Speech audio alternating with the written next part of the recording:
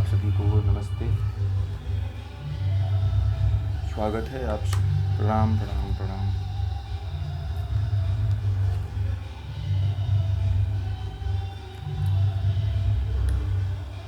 आप सभी का स्वागत है श्रीमद् भगवत गीता सत्र के 5वें अध्याय में। आज जो है 5वें अध्याय का अंतिम सत्र है।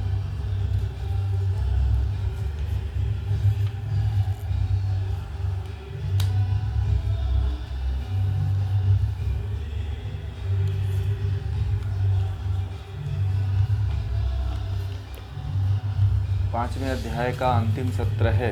बहुत ही महत्वपूर्ण सत्र था ये भी। पाँचवा अध्याय जो था वह कर्मयोग था, कर्म संन्यास योग अर्थात कर्मयोग था।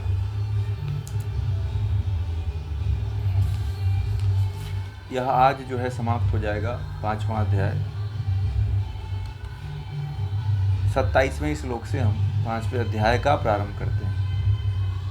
मेरी आवाज़ आप लोगों को क्लियर आ रही है ना? ठीक है। स्पर्शान कृत्वा बहिः बाह्यान् चक्षुः च एव अंतरे भ्रुवोः प्राणापानौ समौ कृत्वा नासाभ्यन्तरचारिणौ यतेन्द्रिय मनोबुद्धिः मुनिः मोक्षपरायणः विगतेच्छा भयक्रोधः सदा मुक्तः एव सः भोक्तारं यज्ञतपश्याम सर्वलोकमहेश्वरं सुहृदयं सर्वभूतानां ज्ञात्वा मां शांतिं ऋच्छति। ये 29 श्लोक हैं इसमें। तो हमने 27 से लेकर के 29 श्लोक तक अभी स्वाध्याय करेंगे। तो 27वें श्लोक में भगवान श्री कृष्ण अर्जुन से कहते हैं कि बाह्य विषयों के स्पर्श को बाहर करके दृष्टि को भौहों के बीच में जमा कर नासिका में चलने वाले प्राण तथा अपान को समान करके इंद्रियों, मन तथा बुद्धि को बस में करने वाला, मोक्ष पाने के लिए कटिबद्ध, इच्छा, भय तथा क्रोध से रहित जो मुनि है वह सदा ही मुक्त है। अब इसमें थोड़ा सा आप लोगों को ध्यान योग की बात बताइए कि ध्यान कैसे करेंगे। तो कहते हैं कि जो बाह्य विषयों के स्पर्श को बाहर करके, जो बाहर कर देता है, बाह्य विषयों का जो स्पर्श है, जो टच करता है उसको, जो बाह्य विषयों में जो रमता है, कहते हैं कि बाह्य विषयों में जो उसका रमण होता है, जो उसका आगाज होता है, उसको वह रोक देता है। बाह्य विषयों के जब तक प्रभाव को आप, बाहरी इंद्रियों के प्रभाव को जब तक आप नहीं रोकोगे तब तक आप आंतरिक नहीं हो पाओगे। ये इसका पहला जो है कंडीशन है कि कंडीशन यही है कि जब तक आप बाहरी विषयों को नहीं रोकते हो तब तक आंतरिक रूप से आप नहीं पहुंच पाओगे। आंतरिक रूप तक पहुंचने के लिए जो है बाह्य विषयों को रोकना जरूरी है। और कहते हैं कि अब इसमें जो है ध्यान की बात करते हैं भगवान श्री कृष्ण की। कैसे बाह्य विषयों से अपने आप को केंद्रित करोगे?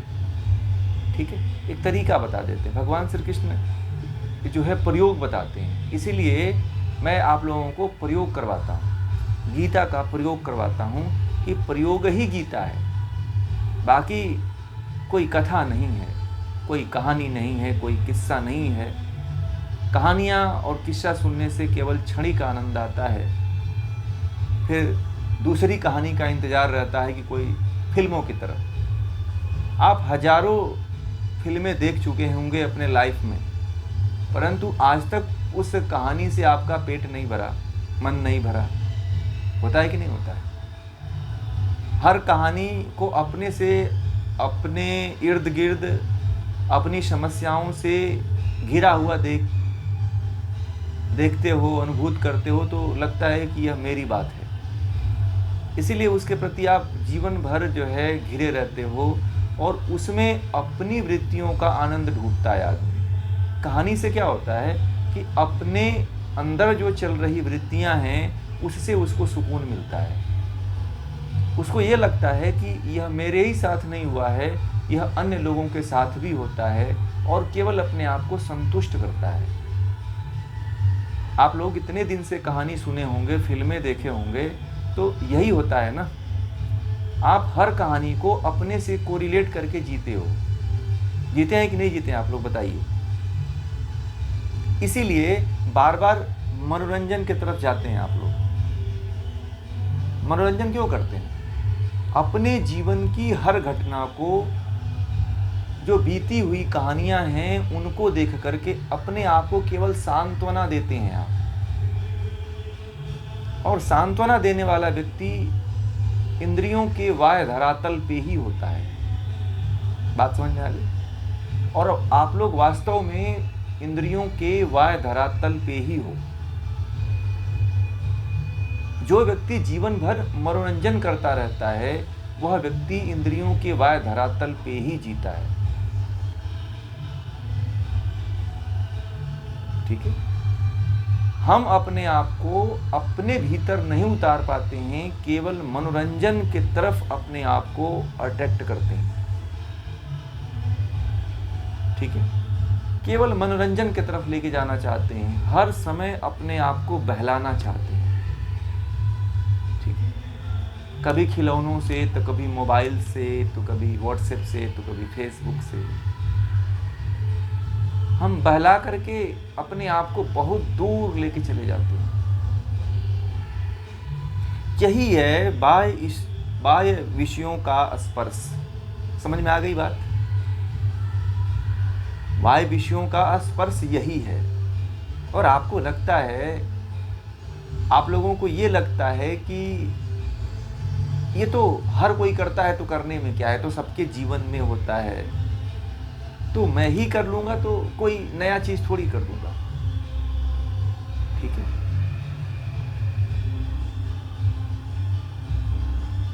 अधिकांशतः लोग तो इसी अज्ञानता में हैं कि ये जीवन में होता है। ठीक है। आदमी मनोरंजन करेगा नहीं तो जिएगा कैसे? पागल हो जाएगा। लोगों के बीच में यही प्रचलन है कि व्यक्ति अकेले रहेगा तो पागल हो जाएगा। घरों में आप देखिए, कोई किसी को अकेले नहीं रहने देता है। घरों में क्या करते हैं लोग? कहते हैं कि मैं तुझे टीवी घर में लगा देता हूं, तू देखते रहना, तेरा मनोरंजन होता रहेगा। रेडियो सुनते रहना, फिल्मी गाने सुनते रहना, तेरा मनोरंजन होता रहेगा। मोबाइल खरीद देते हैं, उसमें तुम यूट्यूब पे और ये जगहों पे अंड-बंड चीजें सुनते रहना, तेरा कल्याण हो जाएगा। हम इसी धरातल पे जी रहे हैं। इंद्रियों के वाय विषयों में जिला करके किसी को, या इंद्रियों के वाय विषयों में ही रम करके हम कभी आंतरिक नहीं हो सकते हैं। ठीक है। आंतरिक होने के लिए बाहरी विषयों को छोड़ना पड़ेगा। और जो व्यक्ति जब तक वाय विषयों को नहीं छोड़ता है तब तक आंतरिकता में नहीं उतर पाता है। ये बातें बड़ी गहरी हैं। ठीक है। ये ज्ञान के धरातल पे जब आप अपने आप को देखना शुरू करोगे ना, तब ये उतर पाओगे वहां पे। एक प्रयोग तो ये है कि हमें वाय विषयों की तरफ अपने आप को बहलाना नहीं है। मनोरंजन के साधनों में अपने आप को बहलाना नहीं है। नोट कर लीजिए।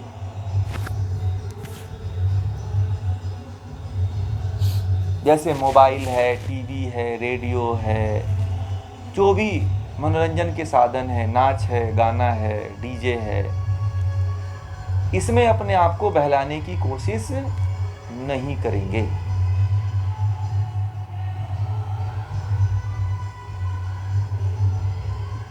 और जब हम बहलाना रोक देंगे अपने आप को, तब हम वाय विषयों के स्पर्श से मुक्त हो जाएंगे।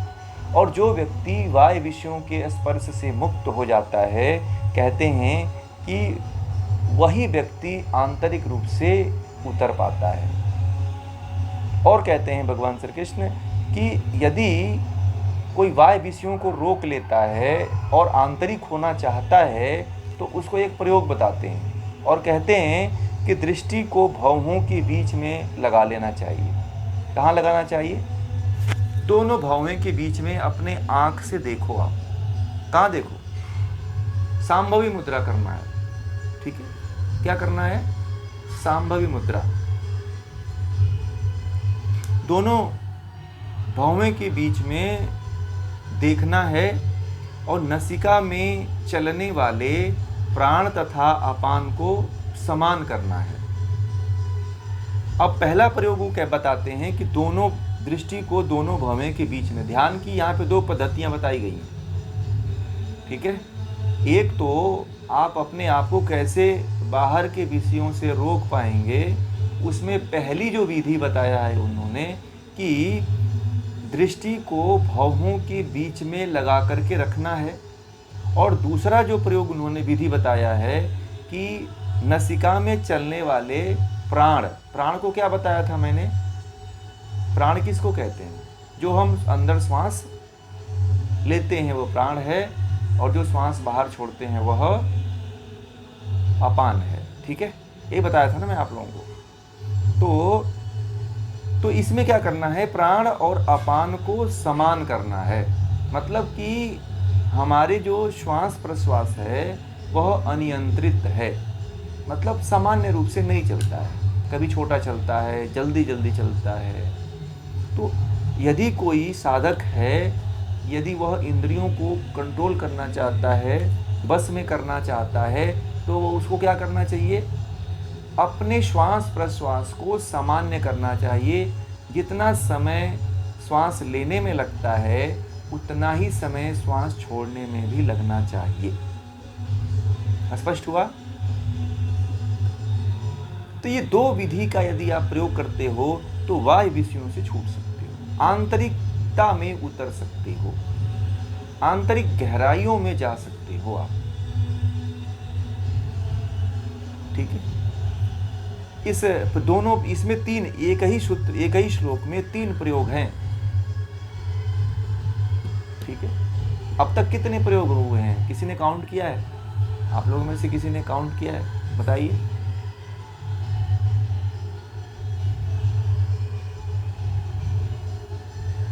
और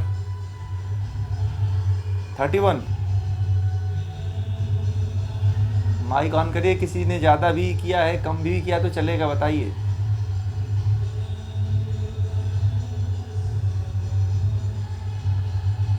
आपका पूनम जी बोल रही है माइक आपका बंद है।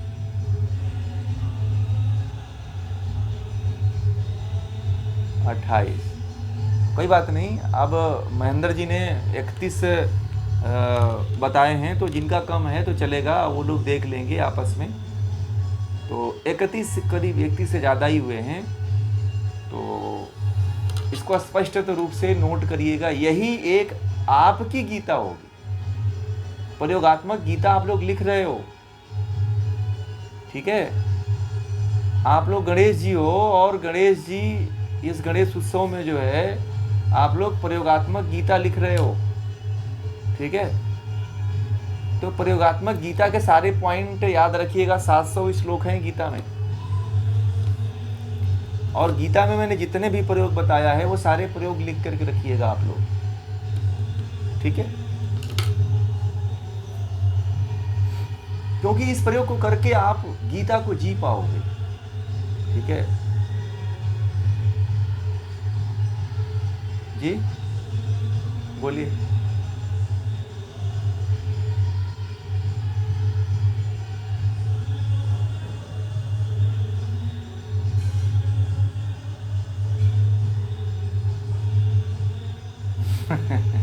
ये तो हाँ ऐसा। चलिए, आपको अगले संडे में महेंद्र जी बता देंगे, आपको सारे नोट किए हैं, वह बोलेंगे, आप लोग सब लोग लिखिएगा। ठीक है,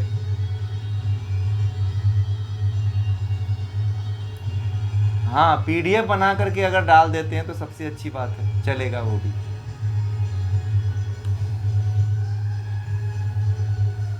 जरूर जरूर, ऐसा ऐसे कर लीजिए, बहुत अच्छी बात रहेगी।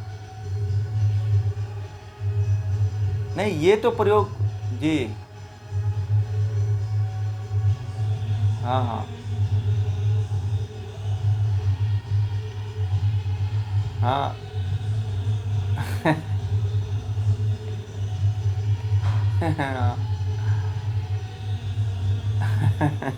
मैंने कहा था आ,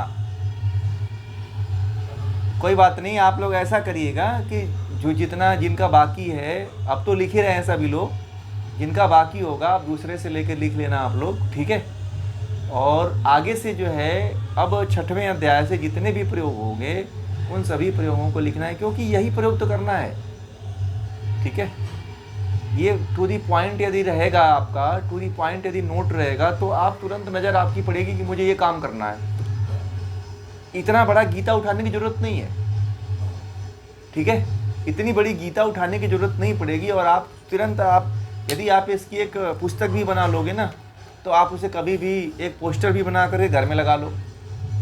अरे फिल्मों की पोस्टर लगाने से अच्छा है अपना पोस्टर लगा लो, इसी को आप लिख करके टू दी पॉइंट पोस्टर बना लो, दीवारों पे लगा दो, आप जब मन करे आप भी पढ़ोगे, घर वाले भी पढ़ेंगे, ठीक है। तो इस तरह का, हाँ ठीक है। तो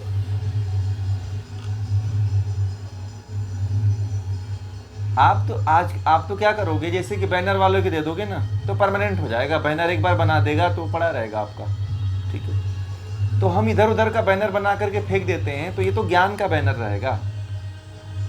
इसमें तो आप जो पॉइंट बनाओगे यह आपके पूरे जीवन में और आने वाले लोग हैं उनके जीवन में भी काम आएगा, क्योंकि प्रयोग कोई नहीं बताता है, कथा बताते हैं लोग, कहानियां बताते हैं लोग। यह गीता को वास्तव रूप में जीने की कला है, ठीक है। तो जीना सिखाएगा, इसलिए मैं बार बार शुरुआती दौर से ही मैं कह रहा हूं आप लोगों को कि नोट करते रहिएगा, भूल जाएंगे आप लोग, ठीक है। आगे चलते हैं। तो इसमें क्या कहते हैं कि 2 प्रयोग आपको, 3 प्रयोग इसमें हुआ।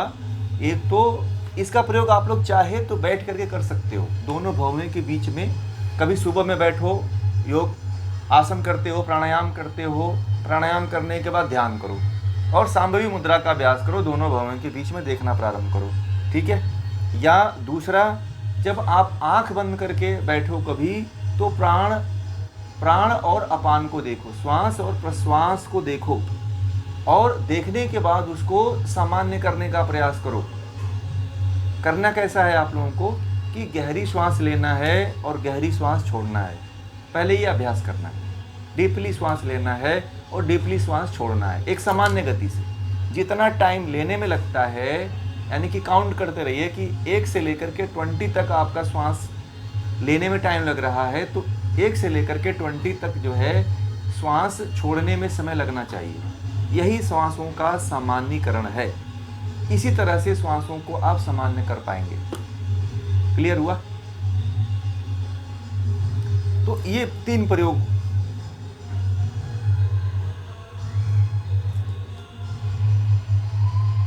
नहीं आप वो प्रयोग अलग है, वो विषय अलग है, ये गीता का प्रयोग बता रहे हैं आपको, ठीक है। वो हठ योग का प्रयोग था और ये गीता का प्रयोग है। तो कोई बात नहीं, आप दोनों प्रयोग कर लीजिए। भगवान श्री कृष्ण कहीं, भगवान श्री कृष्ण का जो प्रयोग है वो ज़्यादा ऑथेंटिक है, दोनों कर सकते हैं, कोई उसमें हर्ज नहीं है, ठीक है, कोई फर्क नहीं पड़ेगा आपको।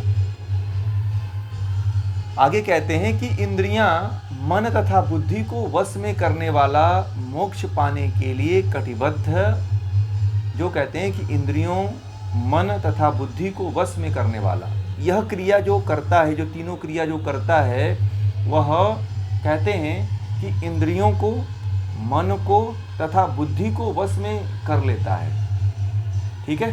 अब देखिए, ये 3 क्रिया करने से आपका क्या क्या वश में हो रहा है, क्या क्या वश में हो रहा है? आपका इंद्रियां वश में हो जा रही हैं, मन वश में हो जा रहा है तथा बुद्धि भी वश में हो जा रही है। इन 3 क्रियाओं से तीनों आपके मुख्य मुख्य मन, इंद्रियां, बुद्धि ही तीनों बस में हो जाती हैं। तो खेल तो इन्हीं का है ना शरीर में। अब इतना शॉर्टकट योग कौन बताएगा? ठीक है, इतना शॉर्टकट योग कोई नहीं बताया है भगवान श्री कृष्ण के अलावा। किसी के पास कोई समय नहीं हो तो इसको कर लो आप, ठीक है। इतना शॉर्टकट योग किसी भी ग्रंथ में नहीं है।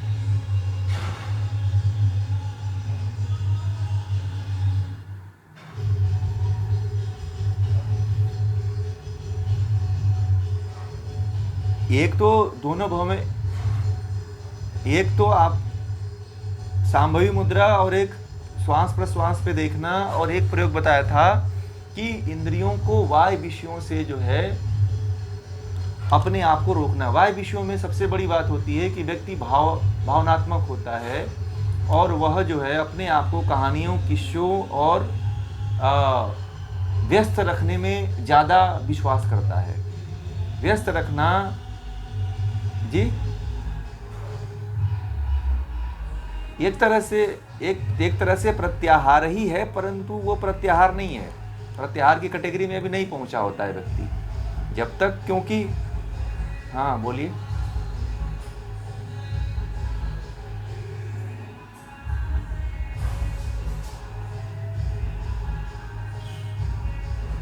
शांभवी मुद्रा की अपने दोनों भौहें यहाँ पे देखना है। वी आकार की आकृति बनेगी, आंख से देखोगे थोड़ा सा उठा करके, तो ऐसे। पहला है अपने वाय विषयों के स्पर्श से इंद्रियों के जो वाय स्पर्श हैं उनसे, उनके विषयों से अपने आप को रोकना है, उस तरफ नहीं ले जाना है। वाय विषयों में क्या हो जाता है कि सबसे अधिक हम जो है वाय विषयों में कहाँ फंसते हैं कि अपने आप को बहलाने में। जब हम बोर होते हैं तो एक उदाहरण दिया था मैंने कि हम फिल्में देखते हैं, सीरियल देखते हैं, ठीक है, गाना सुनते हैं, मनोरंजन करने के लिए जाते हैं, खेल देखते हैं, क्रिकेट देखते हैं, वॉलीबॉल देखते हैं, मतलब अपने आप को गीत गाने लगते हैं, दोस्तों मित्रों के पास चले जाते हैं। तो यह कार्य मत करिए, ठीक है। यही वाय विषयों के स्पर्श से यदि यह रोक दोगे तो वाय विषयों के स्पर्श से बच जाओगे। मैं आप लोगों को ये रहस्य की बात बता रहा हूँ, इतना कोई गहराई में कहीं गहराई में जो है इसके नहीं बताएगा आपको। पहले में आपको वाय विषयों की तरफ से रोकना है कि जैसे फिल्म देखने से रोकना है। अपने आप को बहलाइए मत, मतलब जैसे बच्चे को जैसे बोरियत कहते हैं ना कि मैं बोर हो गया, तो बोर हो जाते हो तो क्या करते हो आप बोर होते हो तो कुछ देखने लगते हो, मोबाइल चलाने लगते हैं, टीवी देखने लगते हैं, सीरियल देखने लगते हैं, फिल्में देखने लगते हैं। तो वहाँ से आपको रोकना है। यदि उसको रोक दोगे आप तो आप बाह्य विषयों के स्पर्श से बच जाएंगे। क्लियर हुआ? पहला प्रयोग यह है कि आपको वहीं स्टॉप करना है। बात समझ में आ गई? और दूसरा प्रयोग ये है कि अपने आँखों से जो है ये दोनों भौवें हैं ना, जहाँ पे आप बिंदी लगाते हो ना, जहाँ पे तिलक लगाते हो, बिंदी लगाते हो, वहाँ पे देखिए, खुली आँखों से, खोल करके आँखों को देखिए, ठीक है। और तीसरा प्रयोग है कि प्राण और अपान, जो प्राण और अपान है, इसको मतलब कि कितना टाइम श्वास लेने में लगता है, कितना टाइम श्वास छोड़ने में लगता है, पहले तो इसको 2 मिनट ठहर करके देखो आप। यदि इसमें बंद होनी चाहिए, इसमें बंद होना चाहिए, तीसरे प्रयोग में बंद होना चाहिए, ठीक है। तीसरे प्रयोग में बंद कर लीजिए आपको और केवल महसूस करिए कि देखिए कि क्या हमारी श्वासें नियमित हैं। यदि श्वास नियमित नहीं है तो एक टाइम फिक्स करिए कि 1 से लेकर के 10 तक काउंट करिए और इतने काउंट करते हुए श्वास को गहरी श्वास लीजिए, ठीक है। और 1 से लेकर 10 तक काउंट करते हुए श्वास को पूरी तरह से श्वास को बाहर छोड़ दीजिए, ठीक है। तो इस तरह से प्राण और अपान को आप सम कर पाएंगे, अर्थात बराबर कर पाएंगे, इक्वल कर पाएंगे। कन्फर्म हुआ? क्लियर हुआ कि नहीं हुआ?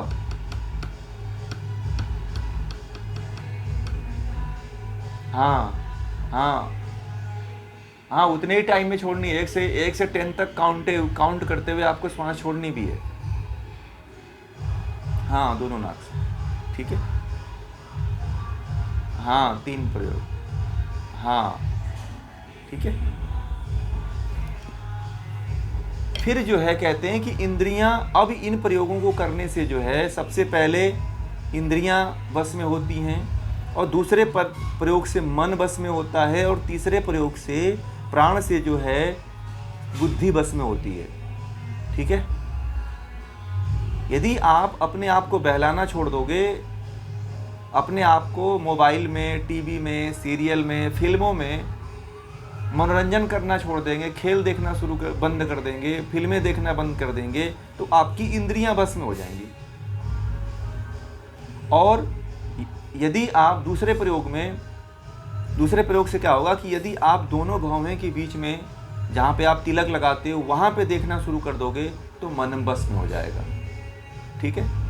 और यदि आप प्राणों को देखना शुरू कर देंगे तो बुद्धि बस में हो जाएगी। कोरिलेट कर लीजिए इसको, ठीक है, कि पहले प्रयोग से इंद्रियां, दूसरे प्रयोग से मन, और तीसरे प्रयोग से बुद्धि बस में हो जाती है। क्या होती है? बुद्धि बस में हो जाती है। कल्फर हुआ ना?